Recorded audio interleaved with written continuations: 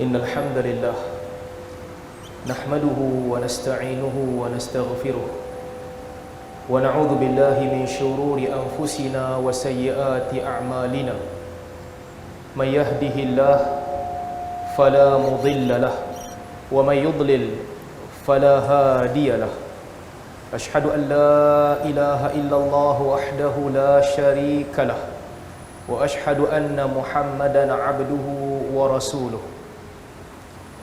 Sesungguhnya segala pujian adalah milik Allah.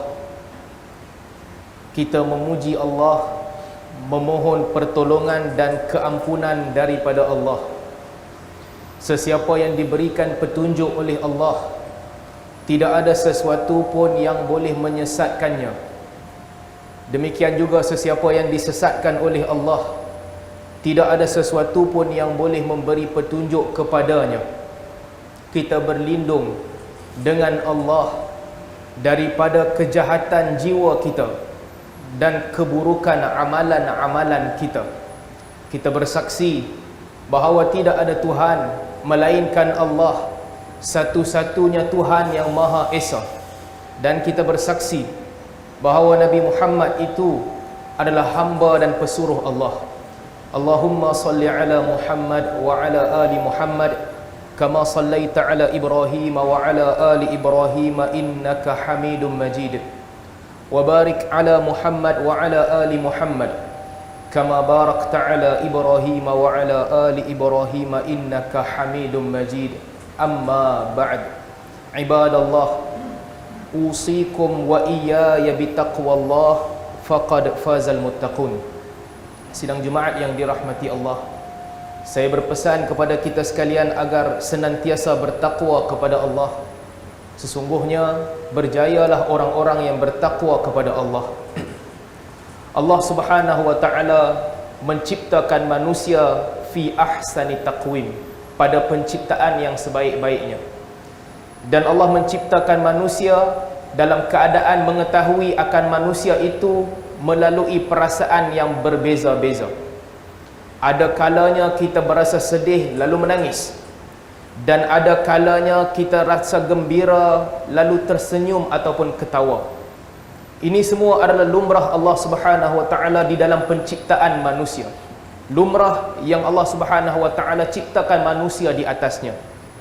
Dengan itu juga dalam meraihkan kepelbagaian manusia dan perasaan mereka, Allah Subhanahu wa taala mengutuskan seorang rasul di kalangan manusia, dan rasul ini telah menunjukkan kepada kita bagaimana seorang manusia mampu untuk hidup dalam keadaan mendekatkan diri kepada Allah. Di antara satu perkara yang seringkali dilakukan oleh Nabi sallallahu alaihi wasallam adalah menghiburkan para sahabat. Selain daripada baginda mengajarkan mereka tentang agama, selain daripada baginda mengingatkan mereka tentang hari akhirat, Nabi sallallahu alaihi wasallam juga menghiburkan para sahabat. Para ulama hadis meriwayatkan kepada kita banyak keadaan di mana Nabi sallallahu alaihi wasallam menghiburkan para sahabat. Di antaranya Usaid bin Hudhair radhiyallahu anhu, seorang yang suka buat lawak, seorang yang apabila dia bercakap orang akan ketawa. Pernah satu ketika apabila beliau bercakap dan orang ramai ketawa, lalu Nabi SAW berasa terhibur dan Nabi cucuk pinggang Usaid bin Hudhair dengan lidi ataupun kayu sebagai tanda satu keseronokan. Apabila Nabi SAW cucuk pinggangnya, kata Usaid bin Hudhair, "Auja'tani ya Rasulullah." Wahai Rasulullah, engkau telah menyakiti pinggangku. Kemudian kata Nabi SAW, "Idzan iqtasi ataupun iqtasa." Kalau begitu cucuklah semula pinggang aku. Kata Usaid bin Hudhair, lam yakun alayya thiyab, lam yakun alayya qamis wa alayka qamis. Wahai Rasulullah, di atas badan aku ketika engkau cucuk tak ada baju. Tetapi apabila engkau nak suruh aku cucuk balik, engkau memakai pakaian. Lalu Nabi SAW angkat ataupun tarik baju Nabi SAW. Kata Nabi kepada Usaid bin Hudhair, cucuklah balik.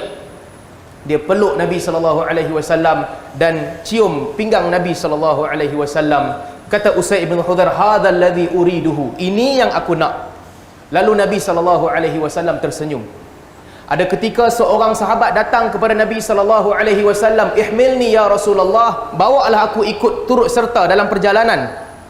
Kata Nabi SAW, untuk engkau anak unta, ibnu naqah, anak unta yang kecil. Kata lelaki itu, wahai Rasulullah, bagaimana aku nak naik anak unta? Bagaimana aku nak menunggang anak unta?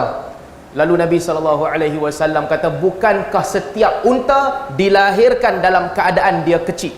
Setiap unta itu adalah anak unta. Lalu Nabi SAW tersenyum. Pernah satu ketika Nabi SAW pulang ke rumah, melihat Aisyah radhiyallahu anha bermain dengan kuda. Kata Nabi SAW, apakah ini? Kata Aisyah, ini adalah kuda.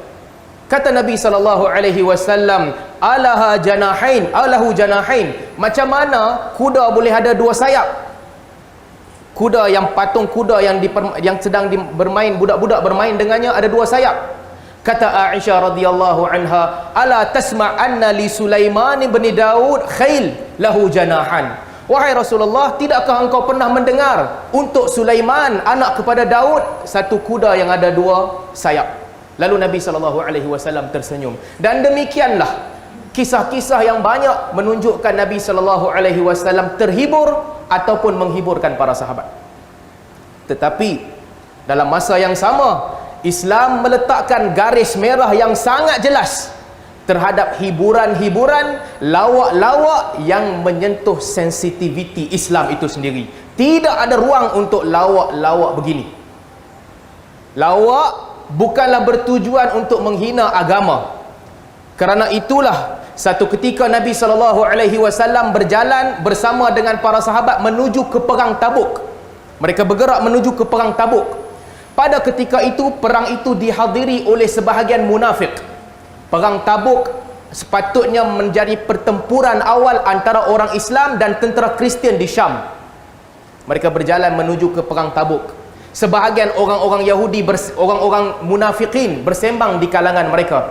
Mereka kata, Muhammad ini nak pergi serang dan nak pergi tawan istana Rom. Mustahil. Mereka menghina Nabi SAW.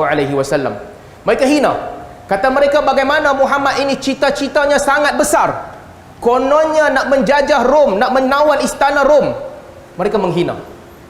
Allah Subhanahu wa taala turunkan ayat kepada Nabi SAW, mengkhabarkan kepada Nabi SAW akan lawak bodoh orang-orang munafik. Lalu Nabi SAW perintahkan para sahabat, hentikan unta. Nabi turun daripada unta, Nabi pergi berhadapan dengan orang-orang munafikin. Kata Nabi SAW, antumul ladzi qultum kadza wa kadza. Apakah kamu yang ucapkan perkataan sekian-sekian tadi? Allah Subhanahu wa taala rakamkan di dalam Al-Quran akan peristiwa lawak bodoh orang munafik. Allah Subhanahu wa taala sebut, wala in sa'altahum la yaqulunna innama kunna nakhudu wa nal'ab. Wahai Muhammad, kalau kamu bertanya kepada mereka, mereka akan kata kami saja main-main dan cuba untuk buat cerita. Qul, katakanlah kepada mereka wahai Muhammad, abillah wa ayatihi wa rasulihi kuntum tastahzi'un. Apakah kamu sedang buat lawak kepada Allah dan ayatnya dan rasulnya? Al-Imam Ibn Arabi rahimahullah apabila mentafsirkan ayat ini, kata Ibn Arabi, al-hazilu bil kufri kufrun. Buat-buat lawak tentang perkara kufur adalah kufur. Sidang Jumaat yang dirahmati Allah, lihatlah lawak mereka ini pada sebahagian manusia mungkin ringan dan juga mudah. Takkanlah tentera Muhammad nak pergi tawan Rom, cita-cita besar, kuasa kecil. Allah Subhanahu wa taala turunkan ayat untuk mengherdik mereka. Demikian juga diriwayatkan pertempuran awal di antara orang Islam dan juga Yahudi, iaitu pertempuran dengan Bani Qainuqa. Apabila selesai peperangan Badar pada bulan Ramadan, umat Islam balik ke Madinah. Sesampainya mereka ke Madinah, Nabi SAW menghimpunkan Yahudi, cerita kepada mereka bahawa sesungguhnya yang terbaik untuk kamu adalah memeluk Islam sebelum kamu ditimpakan dengan apa yang menimpa Quraisy Mekah yang kalah dalam Badar. Kata mereka, wahai Muhammad, Kami tak sama dengan mereka. Kaum Quraisy kaum yang tidak pandai berperang, sedangkan kalau berperang dengan kami, maka engkau akan lihat lasna mislahum, kami bukan seperti mereka. Allah Subhanahu wa taala turunkan ayat, qul satuhsyaruna ila jahannam. Allah Subhanahu wa taala turunkan ayat mengherdik mereka. Qul lil ladzina kafaru satughlabun wa tuhsyaruna ila jahannam wa bi'sal mihad. Wahai Muhammad, khabarkan kepada orang kafir, satughlabun, kamu akan dikalahkan, wa tuhsyaruna ila jahannam wa bi'sal mihad, dan kamu akan dikumpulkan di neraka jahannam, itulah seburuk-buruk tempat perhimpunan. Diriwayatkan apabila satu orang perempuan pergi ke pasar Bani Qainuqa, satu kaum Yahudi. Perempuan ini pergi ke pasar Bani Qainuqa, orang Yahudi buat lawak bodoh sekali lagi, cuba untuk menghina perempuan ini. Kata mereka, tunjuklah muka, buka muka supaya kami tengok. Famtana'at, perempuan ini tak nak tunjuk muka dia.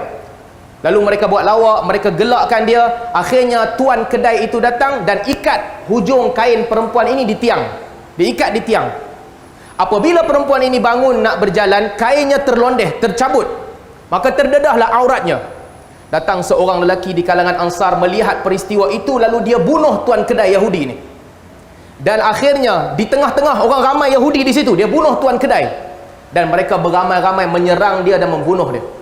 Apabila sampai peristiwa ini kepada Nabi SAW, immediately Nabi SAW menghimpunkan umat Islam, mengepung orang Yahudi Bani Qainuqa. Diriwayatkan mereka dikepung 15 hari sehingga akhirnya mereka mengaku.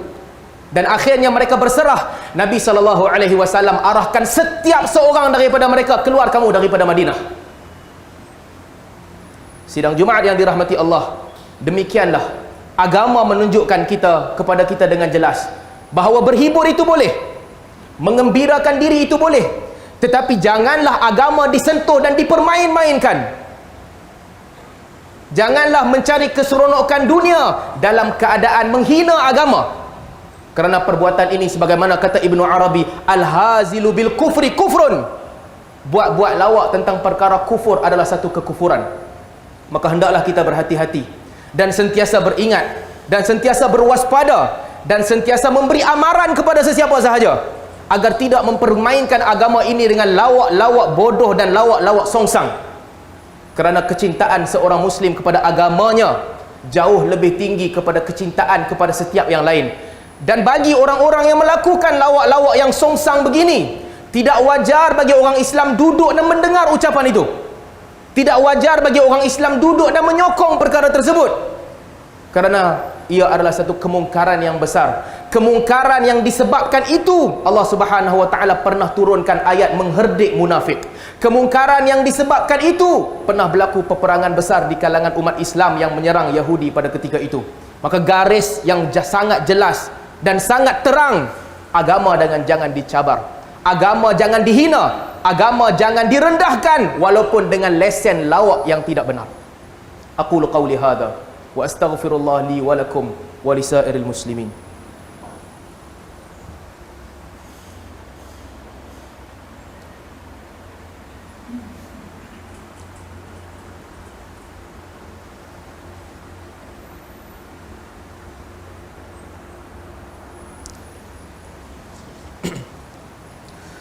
Innal hamdalillah nahmaduhu wa nasta'inuhu wa nastaghfiruhu wa na'udzu billahi min shururi anfusina wa sayyiati a'malina. May yahdihillahu fala mudilla lahu wa may yudlil fala hadiya lahu. Ashhadu an la ilaha illallah wahdahu la syarika lahu wa ashhadu anna Muhammadan 'abduhu wa rasuluh. Allahumma salli ala Muhammad wa ala ali Muhammad kama sallaita ala Ibrahim wa ala ali Ibrahim innaka Hamidum Majid. Wa barik ala Muhammad wa ala ali Muhammad kama barakta ala Ibrahim wa ala ali Ibrahim innaka Hamidum Majid. Amma ba'd. Sidang Jumaat yang dirahmati Allah, pada hari Jumaat yang mulia ini saya menyeru kita bersama-sama untuk memperbanyakkan selawat kepada Nabi sallallahu alaihi wasallam. Kerana berselawat kepada Nabi sallallahu alaihi wasallam adalah sunnah yang dimulakan oleh Allah Subhanahu wa taala. Innallaha wa malaikatahu yusalluna 'alan nabi ya ayyuhalladzina amanu sallu 'alaihi wa sallimu taslima. Sesungguhnya Allah dan para malaikat berselawat kepada Nabi. Wahai orang-orang beriman, ucapkanlah selawat dan salam kepada Nabi. Dengan itu sidang Jumaat yang dirahmati Allah, perbanyakkanlah selawat kepada Nabi sallallahu alaihi wasallam dalam hidup kita dengan mengucapkan Allahumma salli ala Muhammad wa ala ali Muhammad kama sallaita ala Ibrahim wa ala ali Ibrahim innaka Hamidum Majid. Wa barik ala Muhammad wa ala ali Muhammad kama barakta ala Ibrahim wa ala ali Ibrahim innaka Hamidum Majid. Sidang Jumaat yang dirahmati Allah, bertakwalah kepada Allah. Ittaqullaha haqqa tuqatih. Bertakwalah dengan sebenar-benar takwa kepada Allah, iaitu dengan meninggalkan segala larangan dan tegahan Allah serta melakukan apa yang diperintahkan oleh Allah Subhanahu wa taala sehabis kemampuan kita. Nabi sallallahu alaihi wasallam menceritakan di dalam hadis satu peristiwa menghiburkan yang paling epik. Peristiwa menghiburkan ini akan berlaku di hari kiamat kelak. Apabila manusia dibangkitkan semula, akan dibawa seorang lelaki yang terakhir sekali memasuki syurga Allah Subhanahu wa taala. Apabila lelaki ini dibawa, kata Nabi sallallahu alaihi wasallam, lelaki ini tahu dan sedar bahawa dia memikul dosa-dosa yang sangat banyak. Lalu yu'radu alaihi, dibentangkan kepadanya saghairu dzunubihi, dosa-dosanya yang kecil satu persatu. Apabila dibentangkan dosa yang kecil satu persatu ini, lelaki itu akan menjawab ya'tarifu bidzalika, dia akan mengakui dosa-dosanya. Tidak ada jalan untuk mengingkari dosa-dosa itu, kerana buku di sisi Allah mencatatkan semua benda. Buku di sisi Allah la yughadiru saghiratan wala kabiratan, tak meninggalkan benda kecil ataupun besar ditulis. Dibentangkan kepada lelaki ini dosa-dosanya yang kecil. Dia mengaku dosa-dosanya dalam keadaan dia takut ada lagi di belakang itu dosa-dosa lain yang belum dibentangkan lagi. Kemudian akan diucapkan kepadanya, pergilah kamu ke syurga, sesungguhnya dosa-dosa kamu telah diampunkan. Belum lagi buka muka surat yang belakang, di hadapan dosa-dosa yang kecil dibacakan kepada dia. Takut dia mengenangkan apa yang ada di muka surat belakang. Dikatakan kepada lelaki itu, pergilah engkau kepada ke syurga, sedangkan dosa-dosa engkau telah dihapuskan dan diampunkan. Maka lelaki ini, sebagaimana diriwayatkan dalam hadis, akan bertanya pada ketika itu, ya Rabbi, wahai Allah, wahai Tuhanku, bagaimana pula dengan dosa-dosa besar yang telah aku lakukan? Yang belakang ada banyak lagi dosa-dosa besar. Dan diceritakan kepada dia, dikhabarkan kepada dia, dosa-dosa itu diampunkan oleh Allah Subhanahu wa taala. Lalu Nabi sallallahu alaihi wasallam apabila mengkhabarkan kisah ini, baginda tersenyum. Mudah-mudahan Allah Subhanahu wa taala memasukkan kita ke dalam syurga.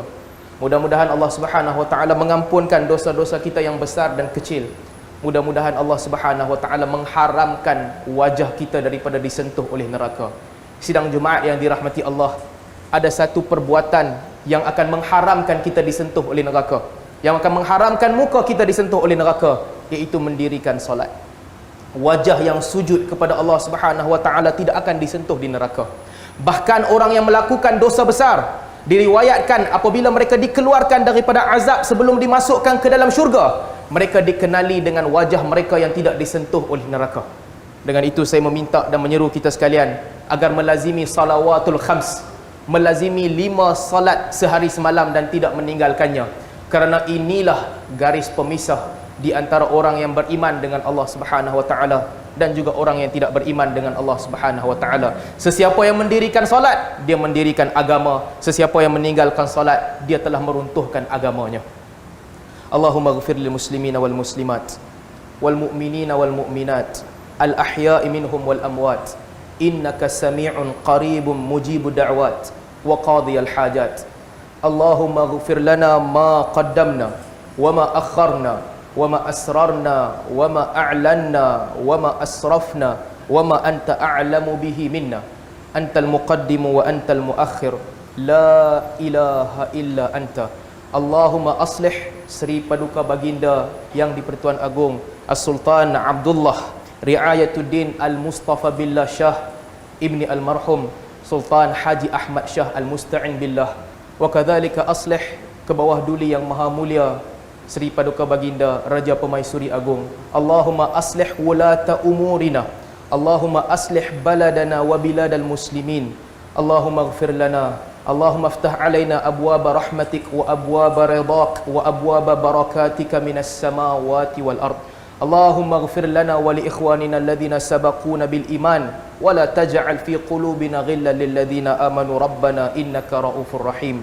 Rabbana atina fid dunya hasanah wa fil akhirati hasanah wa qina adzaban nar. Amin ya rabbal alamin. Ibadallah, innallaha ya'muru bil 'adli wal ihsani wa ita'i dzil qurba wa yanha 'anil fahsya'i wal munkari wal baghi ya'idukum la'allakum tadhakkarun. Fadhkurullaha al-'azima yadhkurkum washkuruhu 'ala ni'amihi yazidkum wa la dzikrullahi akbar. Wallahu ya'lamu ma tasna'un. Aqimis shalah.